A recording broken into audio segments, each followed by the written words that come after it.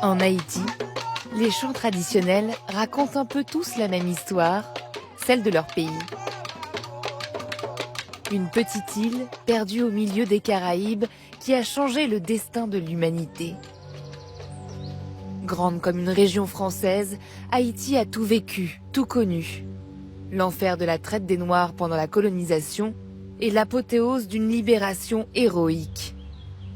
Car c'est ici qu'a eu lieu la seule révolte d'esclaves réussie au monde.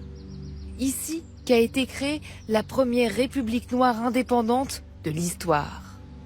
Un passé glorieux et douloureux qui a façonné un peuple combatif et résilient. On est fiers, on est très fiers. Un peuple si créatif dans sa culture, dans sa capacité de lutte et de résistance. Malgré les difficultés, on ne peut qu'être confiant. L'avenir de ce peuple sera grand.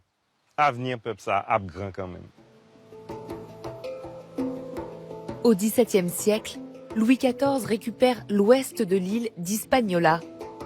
Un morceau de terre sans or qui n'intéresse plus les Espagnols. Saint-Domingue est né. En quelques années, les Français vont en faire une véritable usine à sucre. La plaine du Nord notamment, avec son climat humide et ses terres fertiles, se couvre de champs de canne. Comme ici, à Cartier-Morin, à quelques kilomètres du Cap Haïtien, où subsistent les ruines d'une habitation gigantesque qui couvrait plus de 300 hectares. Là, on est dans l'habitation Gallement du Plat. C'était une très vaste habitation et l'une des premières à commencer à planter de la canne.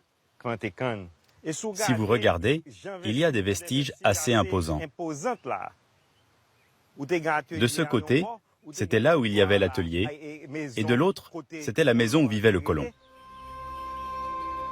En quelques années, plus de 8500 habitations comme celle-ci sortent de terre, appartenant pour la plupart à de grandes familles bordelaises et nantaises.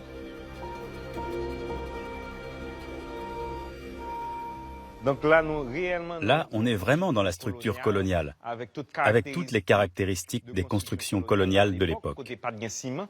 Il n'y avait pas de ciment. Donc c'était fait avec de la chaux et des roches.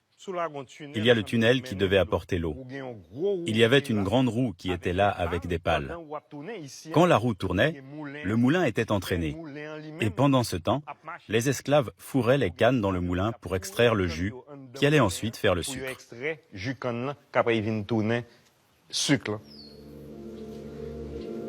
En un siècle seulement, Haïti devient la colonie la plus riche de toutes les Amériques, fournissant les 3/4 du sucre consommé en Europe. Mais cette prospérité a un prix, car la culture de la canne nécessite de la main-d'œuvre, beaucoup de main-d'œuvre. Les colons se fournissent au marché aux esclaves à quelques kilomètres de là. Les gens les achetaient comme ils achetaient des bovins ou des cabris. Ils le tâtaient, ils regardaient s'il avait de bonnes dents, s'il était assez robuste, s'il allait résister au travail qu'on allait lui demander. Les esclaves étaient auscultés dans toute leur intimité, sous toutes les coutures. Et ensuite, ils étaient achetés et emmenés dans les champs pour travailler. À la fin du XVIIIe siècle, près de 500 000 esclaves vivent en Haïti, pour à peine 30 000 colons. Un record. Travaillant 12 heures par jour sous un soleil de plomb, subissant toutes sortes de maltraitances, leur espérance de vie sur l'île n'était que de 8 à 10 ans. Aujourd'hui, c'est la nature qui reprend ses droits. Les racines des arbres prennent le dessus sur l'injustice. Ils couvrent les ruines qu'il reste de cette époque. C'est vraiment symbolique de la réalité haïtienne.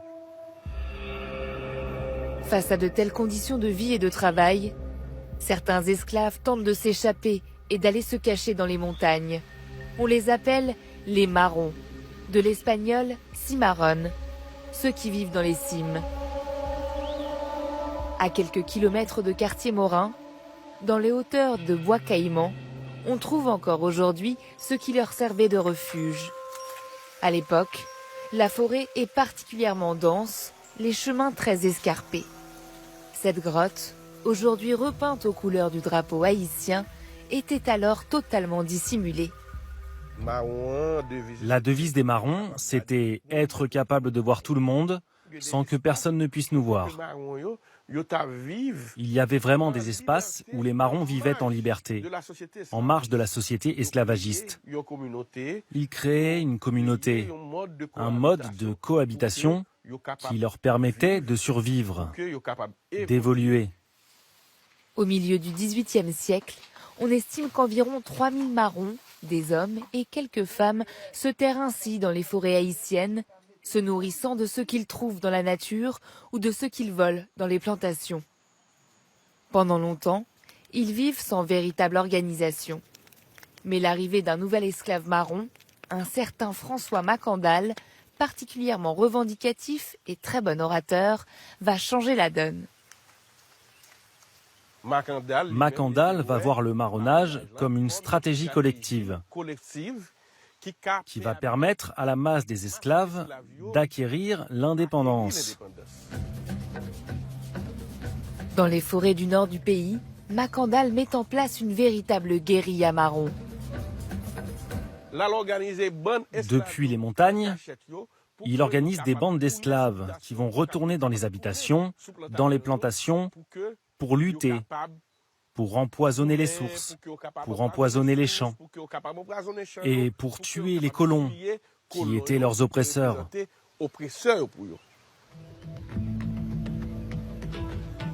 Macandal est finalement fait prisonnier par les Français en 1758 et brûlé vif pour l'exemple. Mais la lutte continue par des actions ciblées. Au même moment, à 10 km de là, le cap haïtien s'appelle alors le Cap français. C'est la capitale de la colonie. Les Blancs y coulent une vie paisible.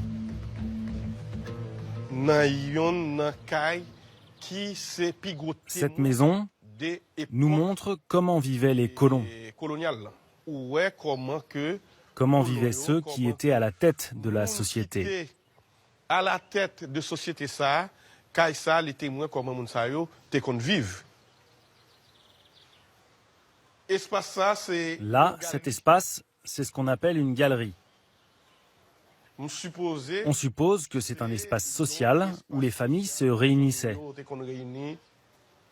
Le Cap français était appelé le Paris d'Haïti. C'était le joyau de l'époque coloniale. Tous les grands comédiens français, tout le monde venait au Cap parce que c'était une ville très riche.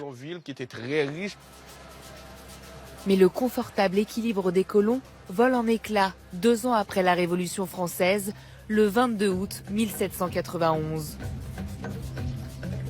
Galvanisés par une grande cérémonie vaudou, les esclaves et les marrons se soulèvent, brûlant les plantations, massacrant les blancs, femmes et enfants compris. Malgré la répression française, les insurgés résistent. Les combats s'éternisent. Haïti devient alors l'objet de toutes les convoitises. L'Espagne et l'Angleterre attaquent le Cap français, tandis qu'une partie des colons entre en rébellion pour obtenir l'indépendance. Acculés de tous les côtés, la France et son commissaire spécial Sontonax, un révolutionnaire jacobin, tentent par tous les moyens de trouver des alliés, jusqu'à ce 29 août 1793. Derrière nous, c'est la place d'armes du Cap haïtien.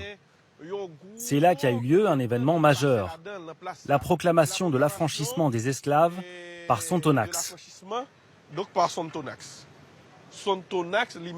Il a décidé de proclamer l'affranchissement pour pouvoir créer une alliance avec les esclaves contre les colons autonomistes.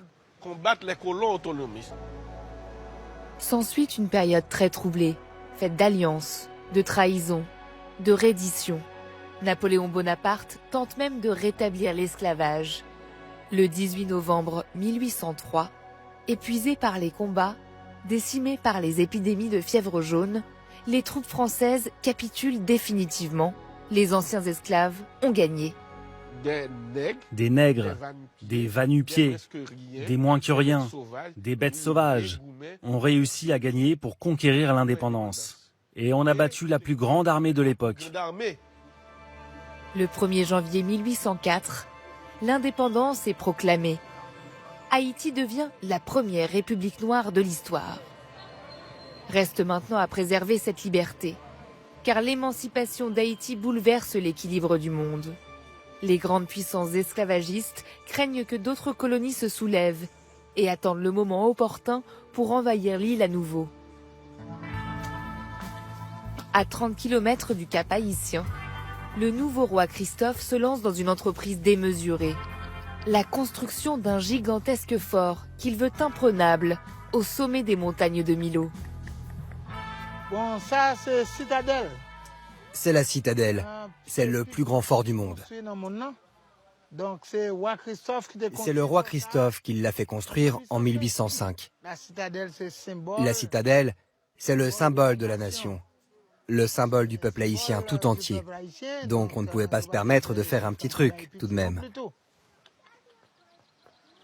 C'est un peu fou comme projet, mais bien réel.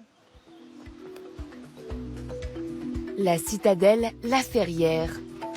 Une véritable prouesse architecturale. Un labyrinthe de près de 10 000 mètres carrés sur 6 étages, pouvant abriter plus d'1 millier de soldats. On est en hauteur, à peu près 1000 mètres d'altitude. C'est un bon endroit pour construire la citadelle. Comme la mer est juste au nord, on pouvait la voir d'ici. C'est très important stratégiquement parlant. Si n'importe quel bateau arrivait, on pouvait le voir et décider d'agir depuis la citadelle. Pendant 15 ans, plus de 20 000 Haïtiens, hommes, femmes et enfants, se relaient pour monter pierre par pierre cette forteresse dans des conditions extrêmement difficiles. 2000 d'entre eux y laissent la vie. C'était un devoir patriotique, presque un devoir civique. Les gens venaient de très loin pour participer à la construction de la citadelle. Christophe avait dit à ses sujets: « Écoutez, vous avez deux choix. Si vous m'aidez, vous serez toujours libre. Sinon, vous retournerez en esclavage. » Les canons de la citadelle n'ont finalement jamais eu l'occasion de servir. Malgré les nombreux soubresauts de son histoire, Haïti n'a plus eu à lutter pour défendre cette indépendance si chèrement acquise. Une lutte héroïque de leurs ancêtres que les Haïtiens ont à cœur de partager.